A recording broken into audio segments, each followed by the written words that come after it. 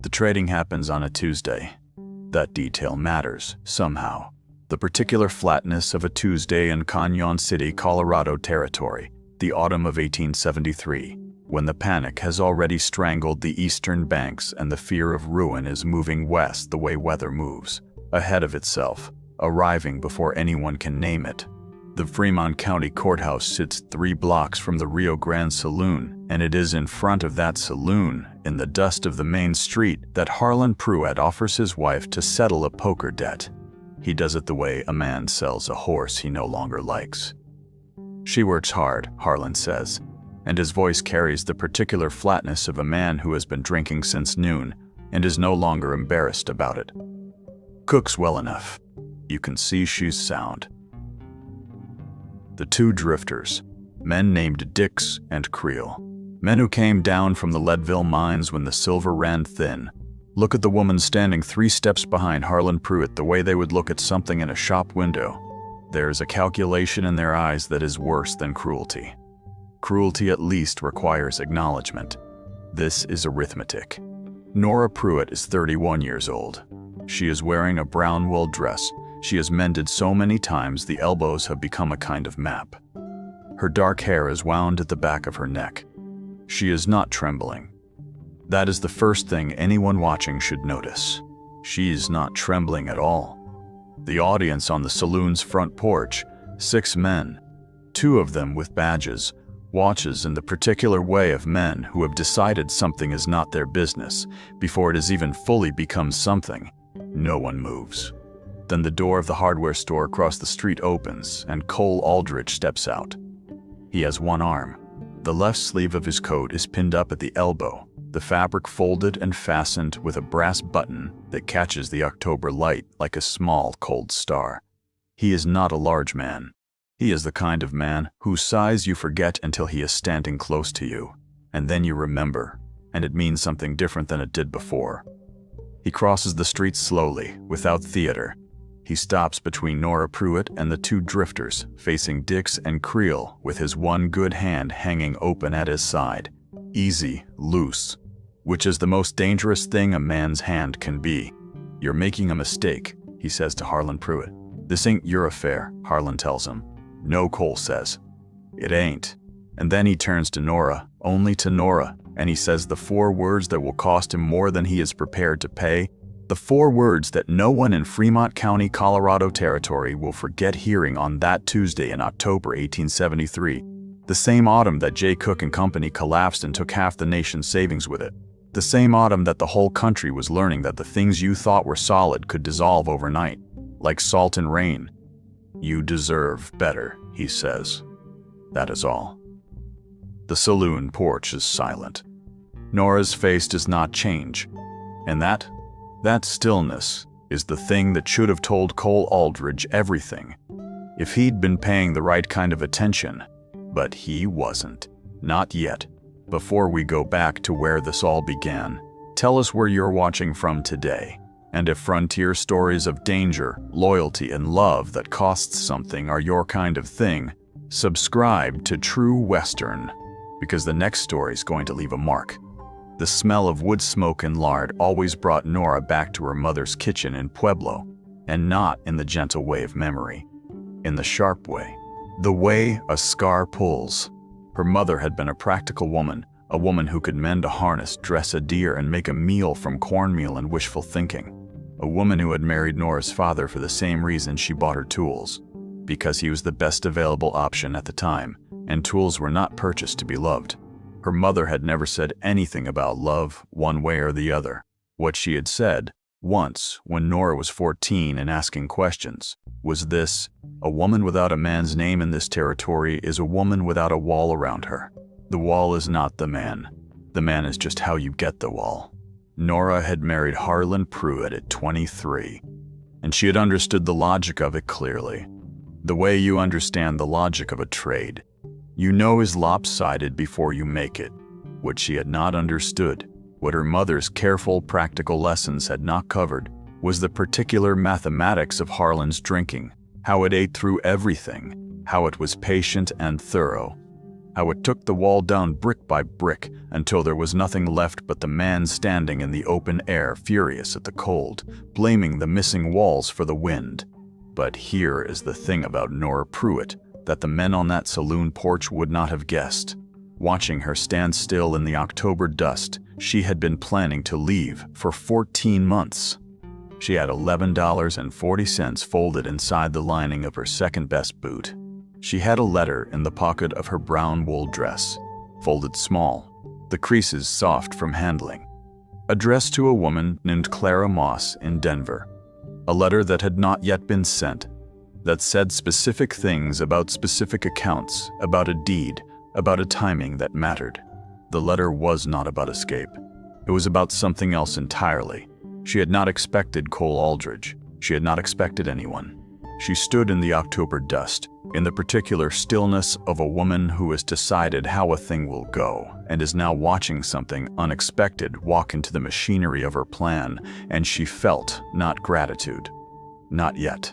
Something more complicated than gratitude. Something she did not have a clean word for.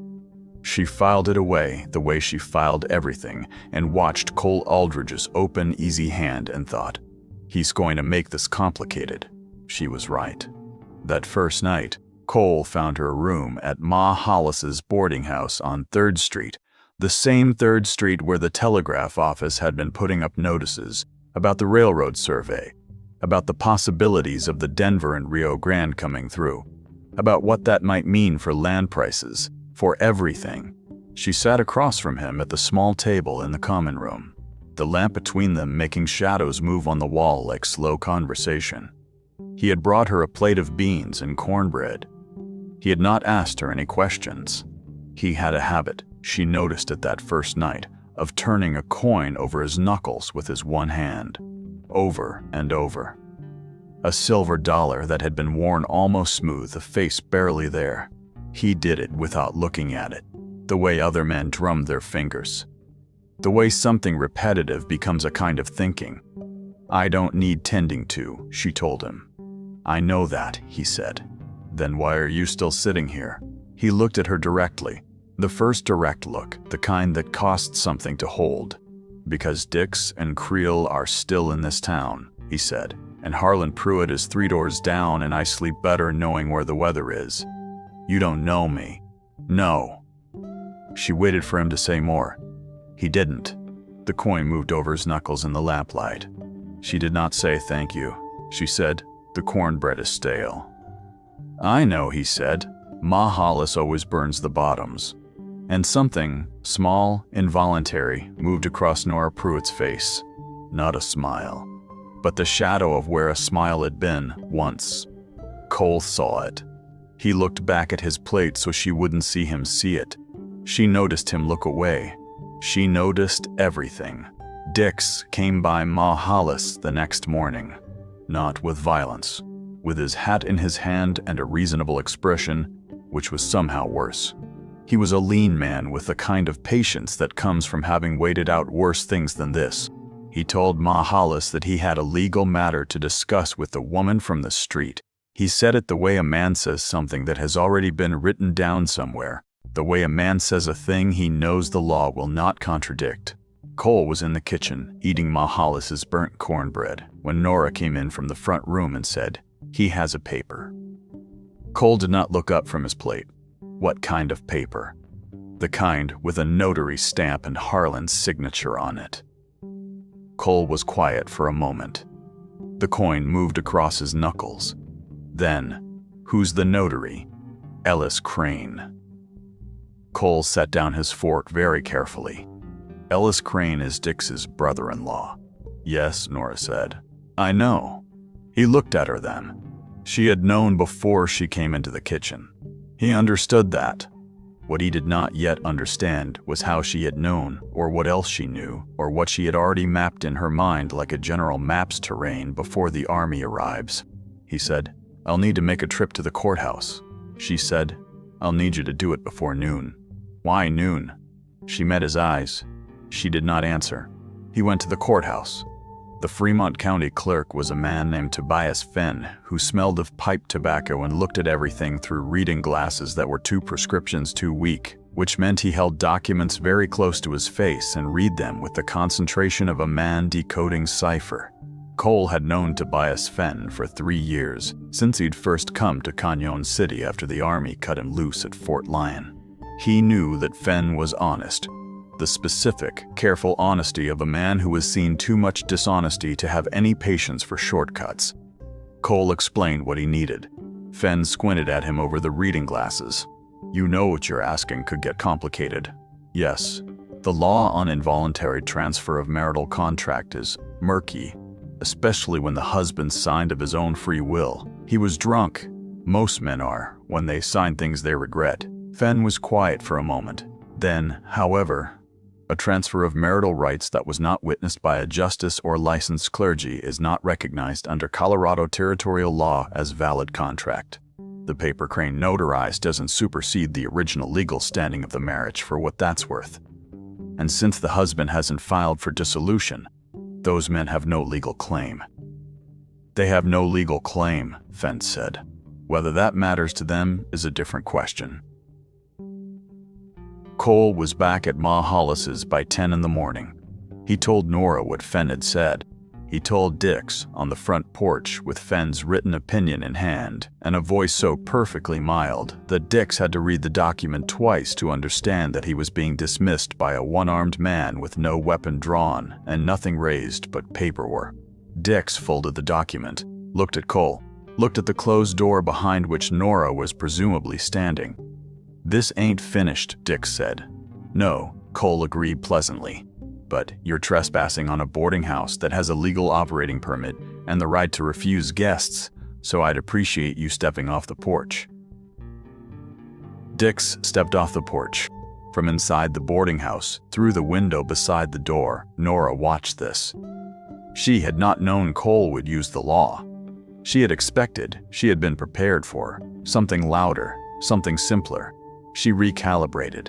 She recalibrated the way she had been recalibrating since she was 14 years old, since her mother's kitchen and the smell of wood smoke and lard, since she had understood that the world was a thing you had to keep adjusting for, that it would not adjust for you. That evening, she found Cole on the back step of Ma Hollis's, looking at nothing, turning the coin. "Where'd you lose it?" she asked. He looked at the pinned sleeve. "Antietam." She sat down next to him. Not close, but on the same step. The silence between them was not comfortable. It was something more useful than comfort. It was the silence of 2 people who have been in difficult country and know the sound of it. Then Nora said, "Someone knocked on my door at 3 this morning." Cole stopped turning the coin. "I didn't open it," she said. "Did they speak?" "No." He looked at her. "How do you know it wasn't Ma Hollis?" "Because I asked her." She was asleep. Cole stood, slowly, and looked at the alley behind the boarding house. It was empty. It had been empty all day. But the back gate was unlatched, and he was almost certain he had latched it himself the night before. He was almost certain. She showed him the letter on the 3rd day. Not all of it. A fragment, enough for the story to shift on its axis, the way ground shifts in Fremont County, quietly and with tremendous consequence. The letter was from Clara Moss in Denver. But it was not what Nora had told him. It was not a letter she had written. It was a letter she had written. It was a letter she had received 6 weeks ago, before the trading, before that Tuesday in October. It was from an attorney. Cole read it twice, the coin still in his hand, not moving now. The letter was 3 paragraphs.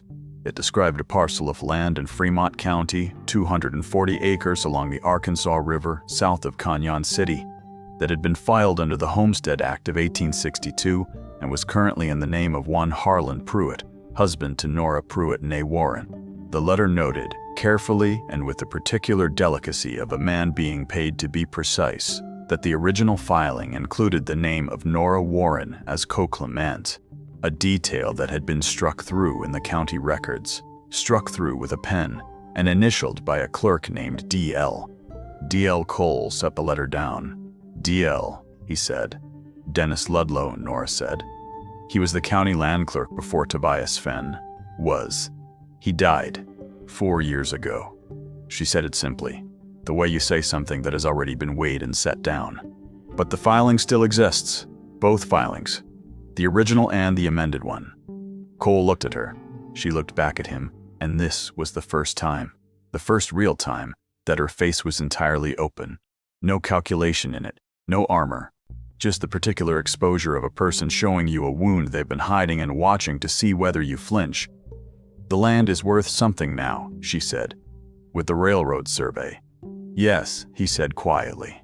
Harlan doesn't know about the original filing. He's never known, but someone does.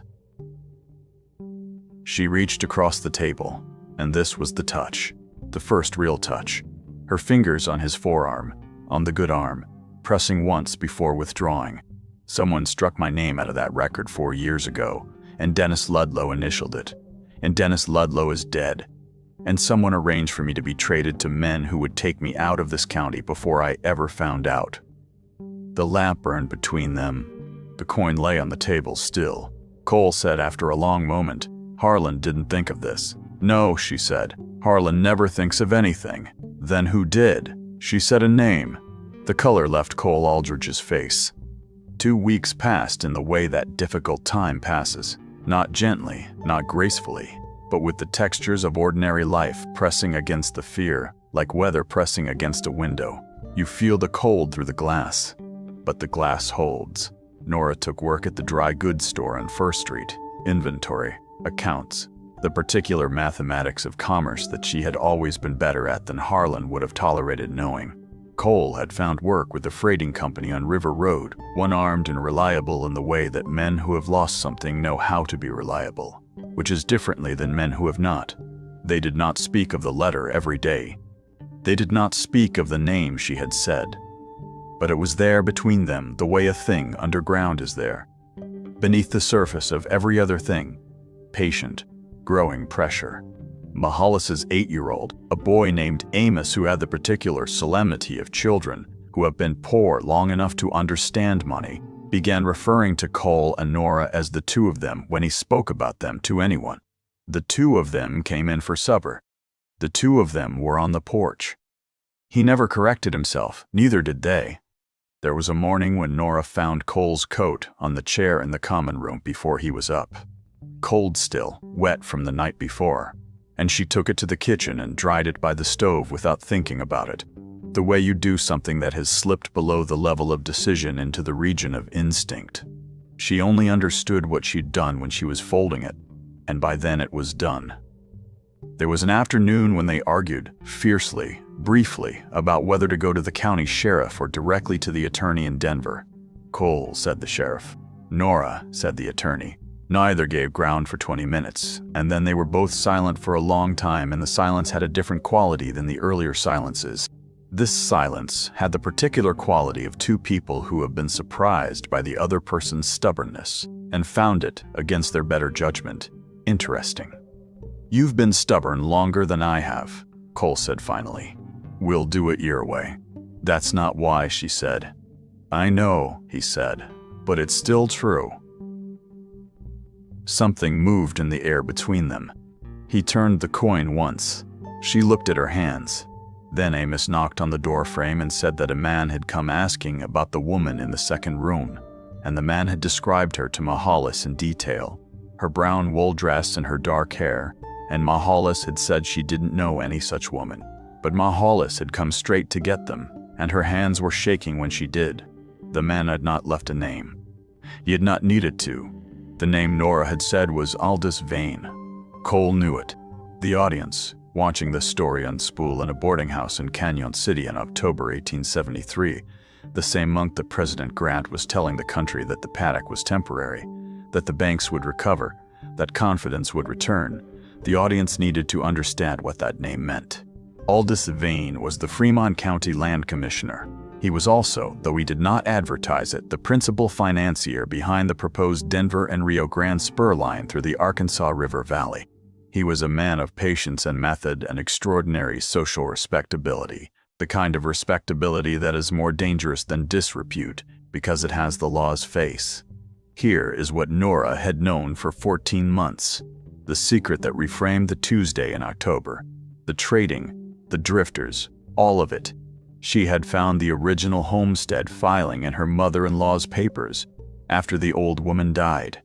The original filing, in which Nora Warren's name was co-claimant, predated Harlan's amended version, the version with the struck-through name by 3 days. Under the Homestead Act, the original claimant held rights.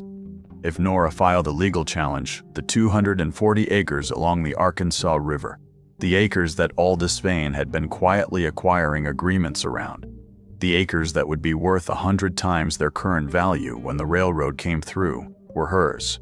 She had not run. She had waited 14 months, building the case, collecting the documents, corresponding through Clara Moss in Denver with the attorney who was building the legal claim. She had been weeks away. And then Harlan, in a whiskey haze, at Aldous Vane's indirect suggestion through Dix, who worked for Vane's land company, which was not public knowledge, had settled a debt in front of witnesses. With his wife, the trading had not been Harlan's idea. Harlan didn't think of anything. Cole sat in the common room of Ma Hollis's boarding house and held this information with the stillness of a man who has been given a heavier thing than he expected. "You could have told me," he said. "I didn't know you," she said. "You know me now." She met his eyes and said the truth plainly. "You are an honest man in an honest man's position, and I needed to know whether you were going to go to the sheriff out of principle before I was ready, before the documents in Denver were in order, before there was enough that the law would act instead of look the other way." She paused. "I couldn't afford another man acting on principle before I was ready." Cole was quiet. "Harlan acted on principle," she said. "He was principled about whiskey and cards every day of his life. It was not technically a joke, but it was close enough to the shape of one that Cole looked at the table and said, very quietly, "I suppose that's fair." "Then, how long until Denver is ready?" The attorney said 10 days. He said it 3 days ago. 7 days. Aldous Vane's man had come asking about the woman in the brown wool dress. The man had not left a name, but Vane now knew she was still in Cañon City, still intact, and the original homestead filing had not disappeared, and somewhere in Denver an attorney was building a case that would take 240 acres of Arkansas River bottomland out of Aldous Vane's orbit and put it in the hands of a woman named Nora Pruett, and Aldous Vane, who was patient, methodical, and extraordinarily respectable, was going to move. By sunrise, Cole thought. He reached for the coin. The coin was gone. He looked at the table where he'd left it. He looked at the chair, the floor. He turned his coat pockets inside out. It wasn't there. He thought of the unlatched gate, the knock at 3 in the morning. The man who knew what Nora's dress looked like, someone had been in this room. The fire was still warm. Aldous Vane did not come himself. He never came himself. This was, perhaps, the most frightening thing about him, the way his presence was everywhere and his hands were clean. What came first was the notice from the county land office, a preliminary filing challenge, citing a discrepancy in the original Homestead Act claim under the name of Warren Pruett, requesting a hearing before the circuit court judge. The circuit court judge was 2 weeks out. 2 weeks that would become 3. Then 4 notices could be refiled, hearings postponed, schedules adjusted by men who owed Aldous Vane the particular debt of having been helped when they needed helping.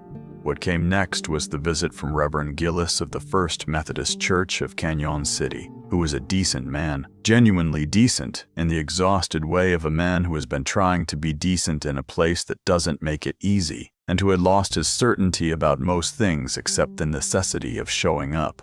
He came to see Nora on behalf of the ladies' auxiliary of the church, who had, he said this with the particular awkwardness of a man delivering a message he personally disagrees with, expressed concern about the circumstances of a married woman living in a boarding house with an unmarried man. "We didn't ask for their concern," Cole said. "No," Reverend Gillis agreed, "but they've expressed it to the county sheriff, formally." He looked at his hat brim. "Vane's wife is on the ladies' auxiliary board." Nora asked quietly, "Will it affect the land case?" Gillis said nothing, which was an answer. The dry goods store asked Nora not to come in for the rest of the week. The owner said it was slow season, that he'd call for her when the inventory picked up. He could not look at her when he said it. Ma Hollis said nothing.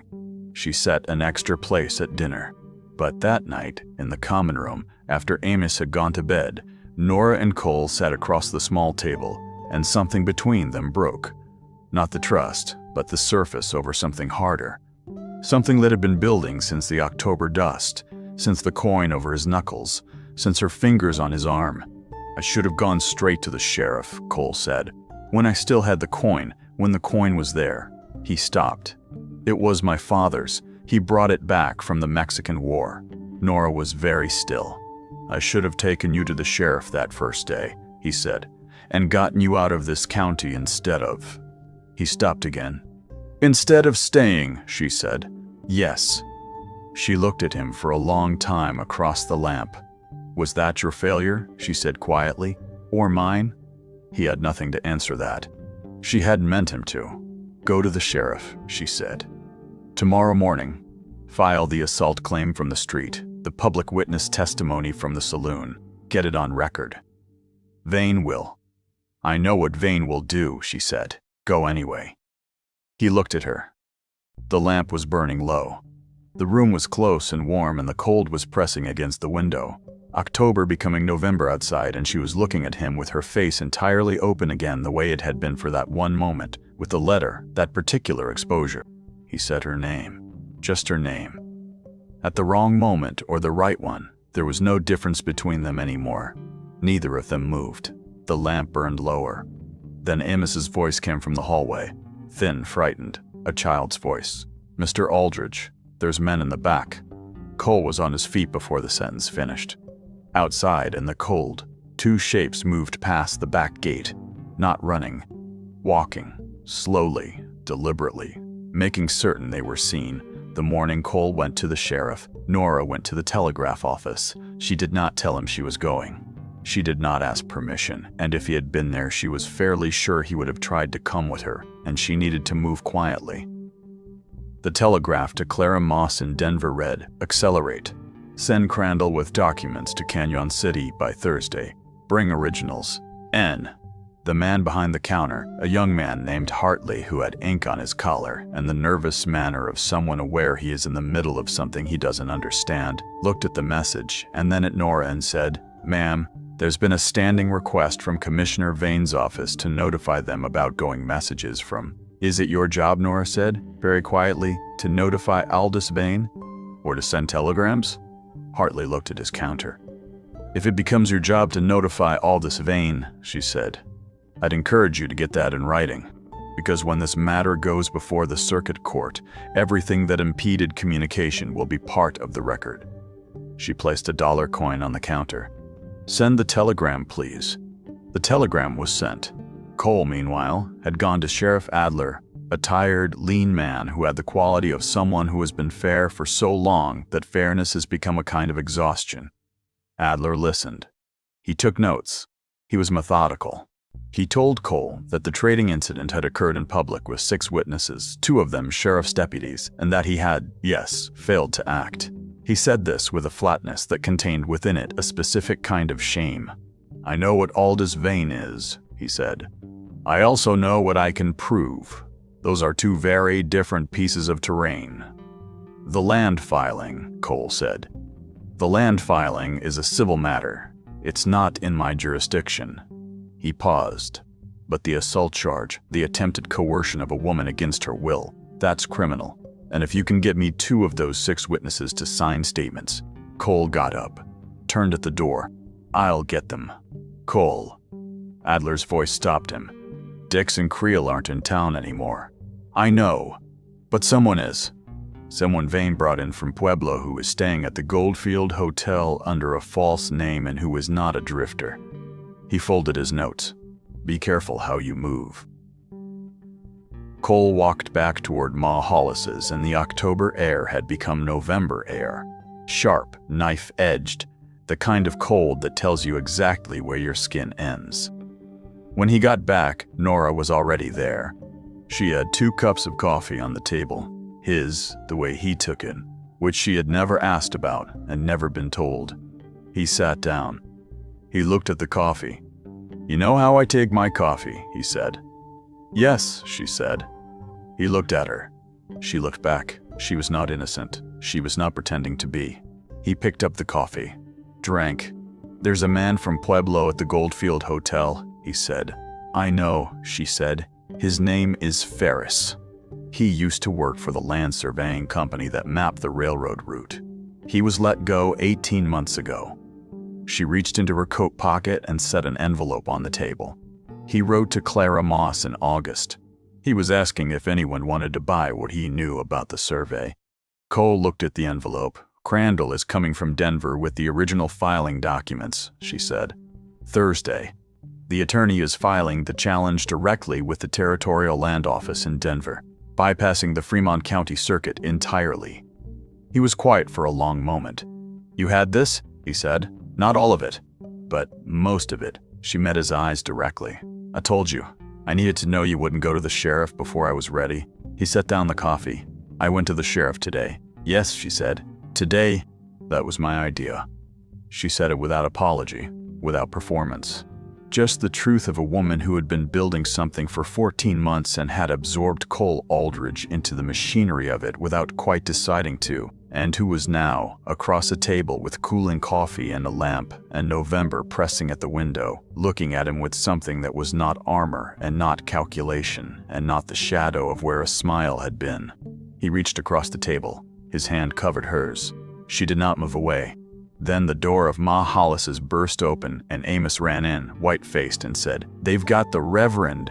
Reverend Gillis was being held, was the legal-sounding word for it, in the County Land Commissioner's office on a charge of interfering with official business, which was not a real charge but was a real room with a real lock, and it was a message.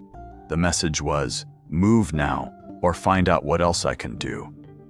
Nora looked at the closed door of the commissioner's office from across the street and felt, not fear, though fear was present, felt the thing beneath fear, the cold clarity of a woman who has been maneuvered into a corner enough times to know that corners have walls on 3 sides, which means they also have one open side, if you're willing to move fast and straight. She turned to Cole. She said, "Go get Adler. I'm not leaving you. Adler needs to see this himself."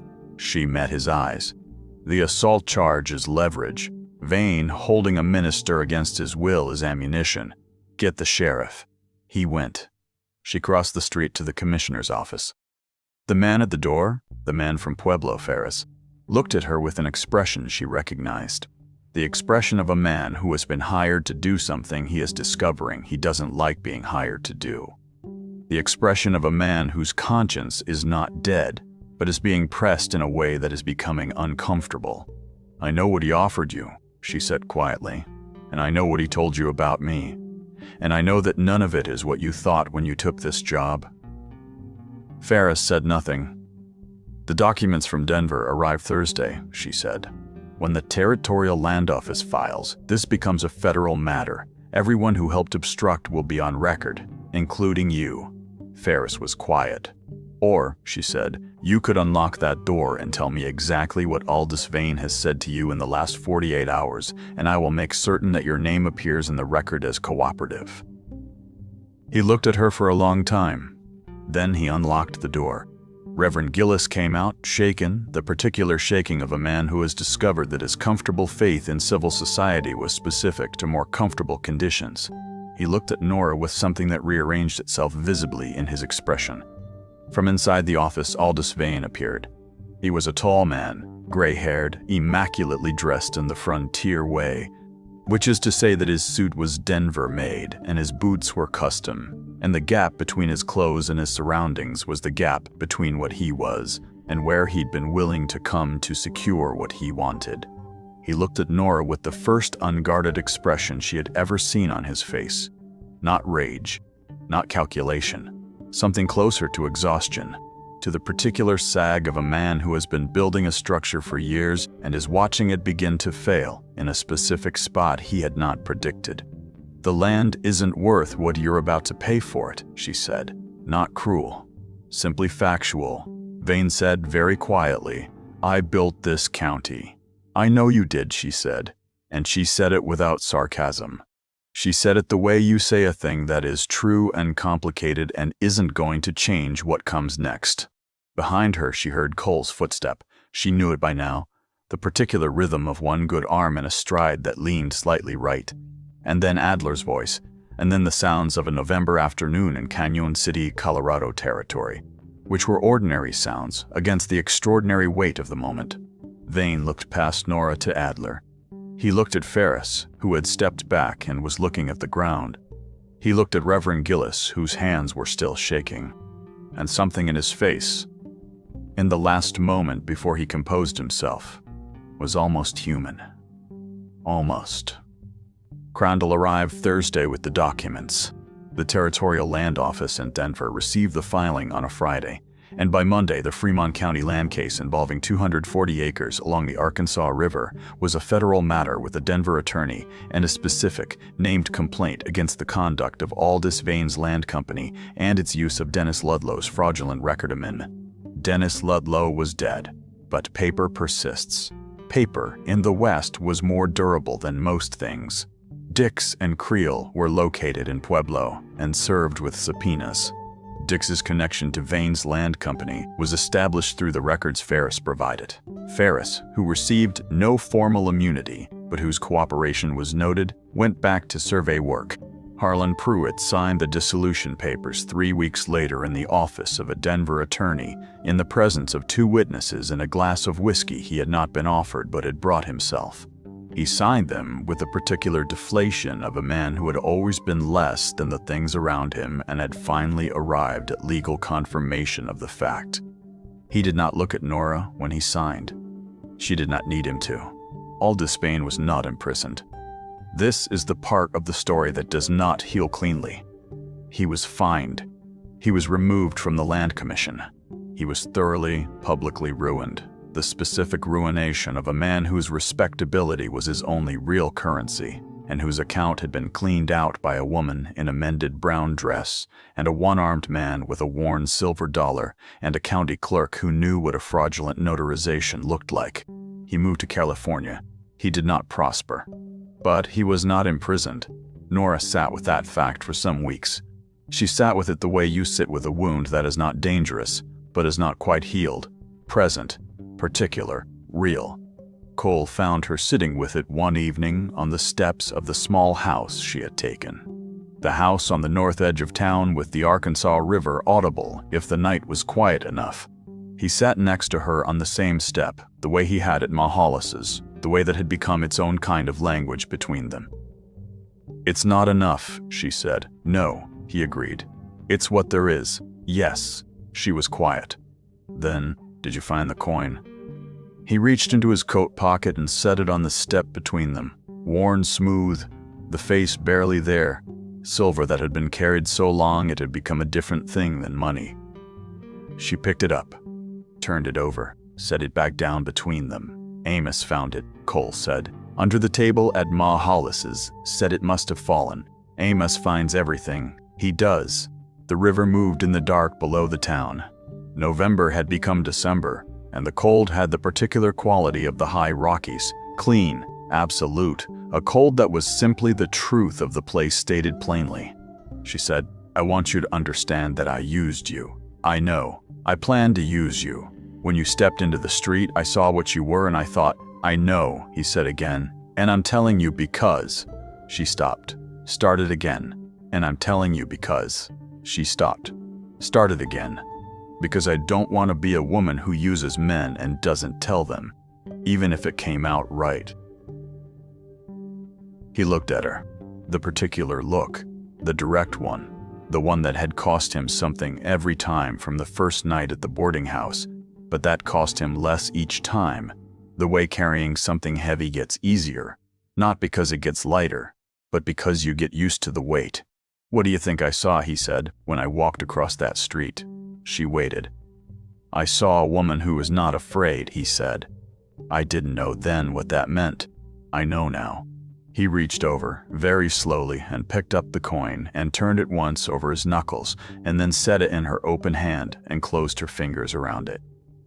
"That's what it was for," he said. "I just didn't know it yet." She looked down at her closed hand. She said the cornbread at Ma Hollis's was genuinely terrible. He said it really was. Something broke open between them. Not the wall, not the armor, not the careful calculation. Something better. Something that had been built in fire and silence over the slow November weeks of a dangerous autumn. Something that was not warmth or softness, but was real in the way that only earned things are real. He said her name. This time, it was the right moment. The Denver and Rio Grande arrived in Cañon City in the spring of 1875. The way it arrived everywhere, with noise and money and the irreversible fact of iron rails laid into earth that had been something else the week before. The 240 acres along the Arkansas River were hers. The land was worth more now. She did not sell. She planted hay and kept 3 horses and hired a hand in the summers. She kept accounts with a precision that the attorney in Denver who had developed a professional admiration for her described to colleagues as unusual. Cole worked as a freight inspector for the railroad, the same railroad that, in a different life, might have been built on the ruins of her claim. He was good at it. He was the kind of man who noticed discrepancies in cargo manifests the way he noticed discrepancies in everything, quietly, thoroughly, without performance. Amos, who had grown an inch and a half and was now in possession of strong opinions about horses and mathematics, lived with them from March to November of that first year, until his mother remarried and moved south to Pueblo and took him with her. He visited every summer after that, arriving each time slightly taller and carrying books from Denver which he lent to Cole and which Cole read by the lamp in the evenings while Nora did the accounts at the same table. They were not a fairy tale. They were the kind of people who had been made in hard country and had the specific texture of hard-made things, not soft, not smooth, but sound, built to last. Reverend Gillis performed the ceremony in April, on the land, with the river audible and the Rockies above the valley still carrying their winter white, and he said the words without the shakiness he'd carried since the commissioner's office, said them with something that might have been, if not certainty, then at least a renewed respect for the occasions that required them. Sheriff Adler came. Tobias Fenn came in his 2-week reading glasses. Ma Hollis came and made cornbread that was, she maintained, against all evidence, her best batch yet. "It's burnt on the bottom," Amos said solemnly. "It always is," Cole agreed. "You always eat it anyway," Nora said. And that was true. Later that year, November 1875, the papers carried a small notice about the capture of a man named John Wesley Harton in Florida, and another about Billy Bonney drifting through Lincoln County, New Mexico, and the West was still its own kind of country, still promising things it didn't always deliver, still asking more from people than most people knew they could give. On the night the first real winter snow came to the Arkansas River Valley, Cole stood at the window of the house on the north edge of Cañon City and watched it come down, steady and clean, covering the land that had been the center of everything and was now just land, their land, carrying its winter under the dark sky. Nora came and stood beside him, not behind, not in front, beside. He was not turning the coin. She had it somewhere. He'd stopped needing it.